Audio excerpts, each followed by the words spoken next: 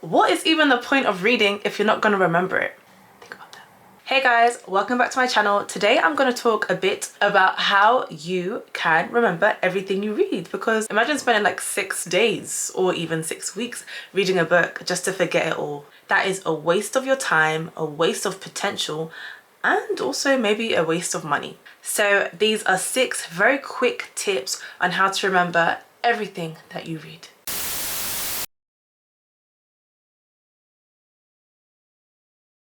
We're going to look at 6 different powers, and the first power that we're looking at is the power of your pen or your keyboard. So after each chapter that you've read, or maybe a couple of chapters if that works best for you, but I would advise, and I prefer to do after each chapter, just write a small summary of what you've learned, what you've understood, what you've taken from that. It's also important to remember that what you take, what you interpret, what you understand from any given text will be different compared to someone else's, and what is most important is what you learned and what you took away from it. So make sure you're writing your own summary of what you've understood. And another reason why this is really good is because all of us have our unique flair, our unique perspectives, our unique experiences that we're bringing each time we're reading something new. So if you're to write your own summary, you're really increasing the chances, as opposed to reading someone else's summaries, you're going to increase your chances, you're going to increase your likelihood of understanding and remembering this thing because you wrote it down. You're the one that understood it the way you needed to understand it. You're the one that wrote it down. You're the one that put those bullet points in. So you're more likely to remember it as opposed to trying to read or interpret it in another way that someone else did. I'm just going to add, if this is like a exam or study kind of tip that you're trying to adopt here, I want to just say, as an A-star A-level student, first class degree holder, and being someone who has just finished their first year of their masters and has got straight A's in all assignments, I can tell you that and I'm actually studying education policy as well, so I would know this. Most global education systems have set up and designed their exam systems in a way in which, if you want to be successful as a student, you just have to play along with the memorization game. You have to be able to have this ability to memorize the content of the curriculum to succeed. And if you want to do that, coming from someone like me, who I can say I have really excelled and I have been successful in the Western education system, I know that writing things down, summarizing things and understanding it from your perspective really does help. So once you finish a chapter of a book, whether this is for like leisure reading, like you want to do some self-development and productivity kind of reading, or if it's actually for an exam that's coming up and it's for studying, whichever the case is, the more you summarize things, the more you keep repeatedly writing things down, the more likely it is that you will remember it. It's been 6 years, I think, since I did my A-levels. I still remember things now. I still remember theorists from sociology now, till today, laws from today, because of how many times I repeatedly, over and over again, just had to keep writing and summarizing things literally every single day. So tip number 1, to memorize and to remember what you've just read. After each chapter, after each natural point to stop, literally summarize it, write it down, whether that's with pen or keyboard, and baby, write it in your own way, from your own perspective, your own experience and understanding. So the second power is the power of context. This point is all about context and contextualizing what you're reading. Apply it to your own context. See it from your own perspective, from your own background, from your own experience. It will be so much more easier for you to remember because you have a reference. If you make this mental link between what you've just read and your own life or context, then it will be so much more easier for you to just remember this thing, because you can quickly relate it back to your own life. So just an example, when I was studying A-level sociology, one of the hugest parts of the module, if you studied it or are studying it, then you'll know, is education. And we looked at internal factors and external factors as to why some different social groups fail relative to other ones, or succeed relative to other ones as well. So one thing that we looked at was this thing called the self-fulfilling prophecy. Many of you might already know this anyway, but it's basically this phenomenon in psychology where if someone tells you, for example, that you will fail or that you will succeed, usually we tend to internalize that, and then we actually produce that outcome that has kind of been labeled upon us. So if someone was to say to me, oh Grace, let's say I'm studying in school and my teacher keeps honing in that I'm gonna fail, I'm gonna fail, I'm gonna fail, even though I'm not failing in that moment, it may become, I may internalize that idea, I may start to believe that thing, and that prophecy therefore becomes fulfilled, and I end up actually failing in the end. So that's what the self-fulfilling prophecy is. Now, there was another theory that our teacher told us about, and it was called the self-negating prophecy.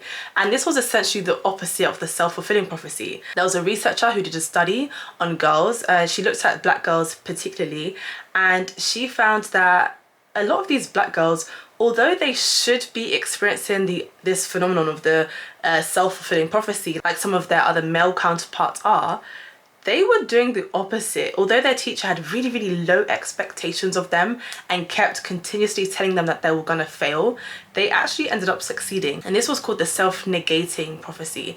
And I still remember this theory up until today because I was able to make a mental link between that theory and my life. I'm a black girl, I'm an African girl, and when my teacher told me about that theory, I made an instant link. I was like, yeah. I mean, in my secondary school, I went to school that was predominantly white. Out of a year group of 180-ish students, I think maybe 10 max of us were black. And yeah, there was some racism. It was a lot. I had a lot of trouble with teachers, but at the same time, and because of that trouble that I experienced with teachers, a lot of the time they would obviously expect low of me, but I would never go to bottom set. Like, I would still produce like very, very good results. I was still very studious. Ultimately, I did have a lot of teachers that had very, very, very low expectations of me because of how I would, I guess, act in school.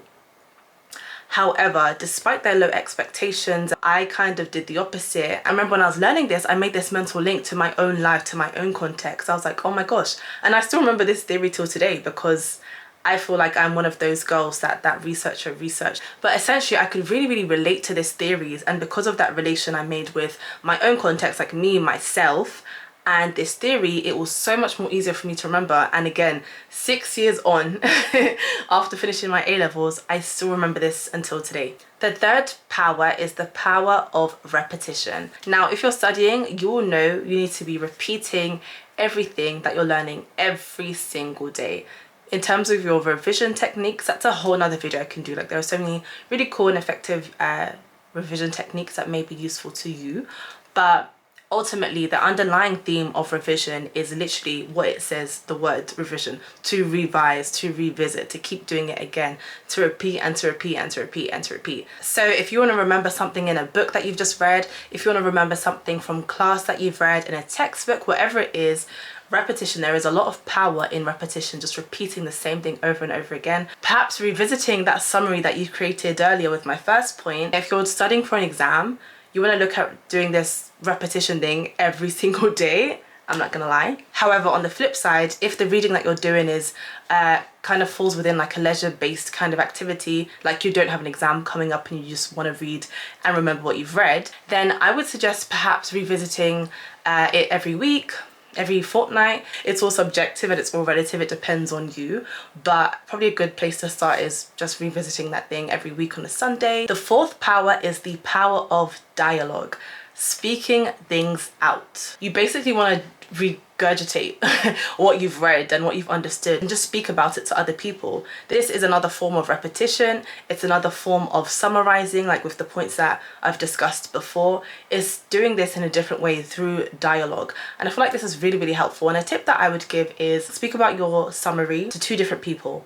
One person who you think would be interested in this thing, and another person who you think would care less about this thing, or at least wouldn't know anything about this given topic.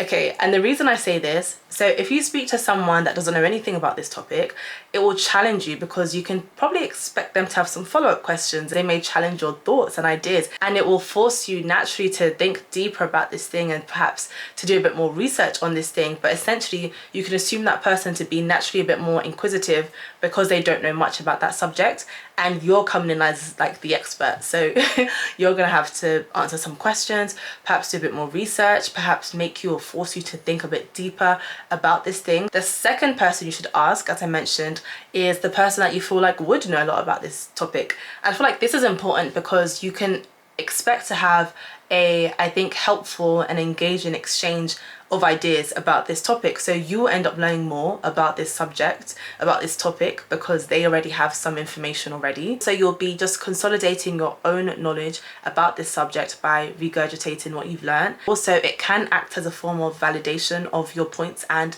your understanding. If I was to speak about a subject to someone else and they felt the same way and said that they'd agree, it validates what I was thinking initially. Something that I used to do during my A-levels is that I would get my mum or my dad or my sister or my cousins to ask me questions about the subject that I was trying to learn about. Or I'd give them flashcards and they'd have to ask the question and I have to verbally state back what it is. It's just another way of kind of consolidating your knowledge about that subject. And the last power, the last P, is the power of interest. And I actually got this from Ali Abdaal. He once said that if you're reading a book and you're not interested in it, literally throw it away and pick up another book that you're interested in. You're gonna find it 10 times harder to try and remember something about something you do not care about. It's already hard trying to remember something that you do care about. Imagine now trying to understand or remember something that you generally do not care about. For example, during A-level sociology,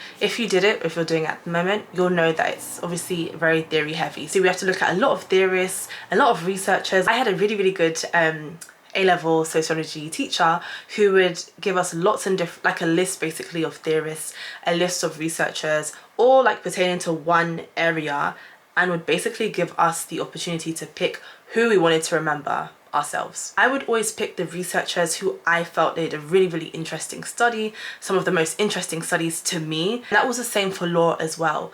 We were given a whole host of cases for one legal principle, and it was up to you to pick, up to you to decide which ones you were going to remember.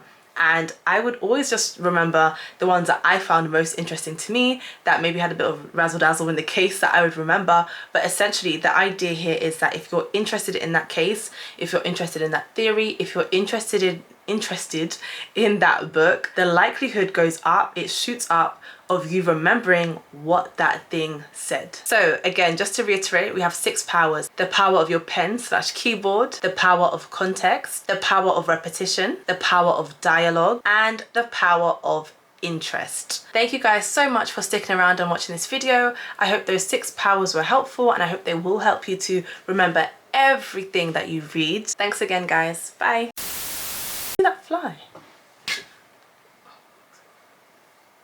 But perhaps a good place to start is probably just revisiting and relearning. Remember this thing, because you